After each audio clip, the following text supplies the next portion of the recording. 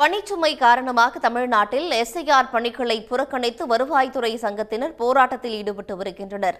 போதிய அவகாசமின்றி எஸ்ஐஆர் பணிகள் மேற்கொள்ளப்பட்டு வருவதாகவும் தங்களுக்கு போதிய பயிற்சி அளிக்காமல் பணிகளில் ஈடுபடுத்தப்படுவதாகவும் அவர்கள் குற்றம் சாட்டியுள்ளனர். அந்த எஸ்ஐஆர் பணியானது வாக்குச்சாவடி நிலைய அலுவலர்களுக்கும் சரி, அவங்களோட கண்காணிப்பாளர் அதாவது பிஎல்ஓ சூப்பர்வைசருக்கும் சரி நம்ம கடுமையான பணி நெருக்கடி. எப்படின்னு பார்த்தீங்கன்னா பிஎல்ஓக்கு நம்ம ஃபார்ம் டிஸ்ட்ரிபியூஷன் கொடுக்கறதுக்கு முதல் நாள் நைட்டு கொடுக்குறாங்க. எந்த விதமான பயிற்சியோ இன்ஸ்ட்ரக்ஷனோ எதுவும் இல்லை. போய் கொடுங்கன்னு மட்டும் சொல்கிறாங்க, கொடுத்துட்றாங்க. 50% கொடுக்கவங்களாட்டி என்ன பண்ணுறாங்கன்னா திரும்ப அதை கலெக்ட் பண்ணலையான்னு கேட்குறாங்க. கலெக்ட் பண்ணியாச்சுன்னா கலெக்ட் பண்ணுறதுக்கு ஓகே ஃபில் பண்ணி வாங்கிடலாம். அந்த பொதுமக்கள்கிட்ட போய் விலைக்கு நமக்கு வாங்குறவங்களாட்டி நமக்கு ரொம்ப பிஎல்ஓக்கு சிரமமாக இருக்குது. இந்த சூழ்நிலையில் ஃபார்ம் கலெக்ட் பண்ண ஃபார்மை மொபைலில் ஆப்பில் பிஎல்ஓ ஆப்பில் மட்டும்தான் ஏற்ற முடியும். அந்த பிஎல்ஓ ஆப்பில் ஏற்றுறதுனா அவங்களோட ஓடிபி கேட்கும். இன்னொரு நம்பர் ஏற்றுறா இருந்தாலும் அவங்கள கான்டெக்ட் பண்ணி தான் ஏற்ற முடியும். அதனால் பிஎல்ஓங்கிறவங்க உங்களுக்கு அதிகபட்சமாக அங்கன்வாடி பணியாளர்கள் சத்துணவு அமைப்பாளர் இருக்காங்க, கிராம உதவியாளர் இருக்காங்க. இருந்தாலும் அவங்களுக்கு இப்போ 10 பேர் பிஎல்ஓ இருக்காங்கன்னா அவளை 3 பேர்கிட்ட நம்ம அந்த ஸ்கேன் பண்ணுற மாதிரி ஃபோனு மொபைல் கிடையாது. அதனால இதுக்கு தனிப்பட்ட முறையில் ஒரு பிஎல்ஓக்கும் சரி சூப்பர்வைசருக்கும் சரி பயிற்சி கொடுக்காம நம்ம எலெக்ஷன் கமிஷன் அவரை சிஇஓ என்ன பண்ணுறாங்கன்னா இம்மிடியேட்டாக பண்ணி முடிங்கன்றாங்க. அவங்க அவ்வளோ மாதிரி எல்லாம் ஏசி ரூமில் உட்காந்துட்டு இருந்த இடத்துல வேலை டேபிள் ஒர்க்னா ஈஸியாக பண்ணிட்டு போயிடலாம். இது ஃபீல்டு ஒர்க் போகணும். பிஎல்ஓஸ்க்குலாம் ஃபார்ம்ஸ் கொடுத்தாங்களா, ஒரு பிஎல்ஓஸ்க்கு 1600 ஓட்டர்ஸாவது இருப்பாங்க.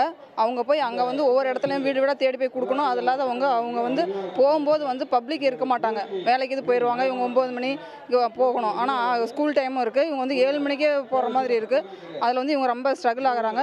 அப்புறமா அதில் கொடுத்துட்டு மறுபடியும் அந்த ஃபார்ம்ஸ் ஃபில்அப் பண்ணுறது பப்ளிக்கால் முடியல. அதை மறுபடியும் இவங்களே ஃபில்அப் பண்ணி தர மாதிரி இருக்குது. பிஎல்ஓஸே பண்ணுற மாதிரி இருக்குது. அப்போ ஒரு வீட்டுக்கு 2 டைம் 3 டைம் இவங்க போகிற மாதிரி இருக்குது.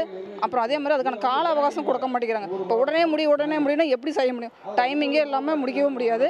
இங்கு ஒரு மனிதனால் இயலாத அளவு உயிரை மாய்த்து கொள்ளக்கூடிய அளவு சிந்தனைகள் மாறுகின்ற அளவு உளவியல் ரீதியான தாக்குதலையும் சேர்த்து என்னால் செய்ய முடியாத பணிகளை செய்ய சொல்லி வற்புறுத்துகின்ற, மிக மோசமான அச்சுறுத்துகின்ற, செய்யலைன்னா பனிஷ்மெண்ட் கொடுப்பேன், தண்டனை வழங்குவோம், கடுமையான சொற்களால் வசைப்பாடுவோம் என்ற அளவுக்கு இது ஒரு ஜனநாயக ரீதியாக நாட்டில் தான் நாம் வசிக்கிறோமா என்ற ஐயத்தை எழுப்புகின்ற அளவு எஸ்ஐஆருடைய பணிகள் என்று சென்று கொண்டிருக்கின்றது.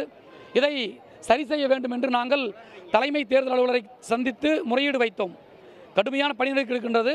மாவட்ட ஆட்சியர்களுக்கு நீங்கள் ஆலோசனை வழங்குங்க. அவங்க ரொம்ப அதிகமாக நெருக்கடியை கொடுக்குறாங்க. மனிதர்களுடைய இயல்புக்கு மீறி நாங்கள் இங்கே வதைக்கப்படுகின்றோம். வதைகூடமாக தமிழ்நாடு மாறிவிட்டதா என்று எண்ணும் அளவு இருக்கின்றது என்பதை நாங்கள் கோரிக்கையாக வச்சோம்.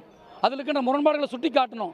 முறையான பயிற்சிகளை கொடுங்க, தளவாடங்களை கொடுங்க, அதற்கான ஏற்பாடுகளை செய்துவிட்டு எந்த உள்கட்டமைப்பும் இல்லாத நிலையில் நீங்கள் வேலை செய்யுங்கன்னு சொல்கிறீங்க. சாமானிய சத்துணவு ஊழியர்களுக்கு அவங்க பெரிய அளவு ஒரு நல்ல ஒரு தரமான செல்ஃபோனோ அதுக்கான டேட்டா வசதியோ அவங்கள்ட்ட இல்லை. ஆனால் அவங்கள்ட்ட வேலை வாங்குங்கன்னு சொல்கிறீங்க. எந்த வசதிகளையும் தேர்தல் ஆணையம் தராது. எல்லாத்தையும் எங்கள்கிட்ட இருந்தே வாங்கிக்கும்னு சொல்கிறது எப்படி நியாயமாக இருக்கும்? உடனுக்குடன் செய்திகளை தெரிந்து கொள்ள சன் நியூஸ் பெல் ஐகானை கிளிக் பண்ணுங்க.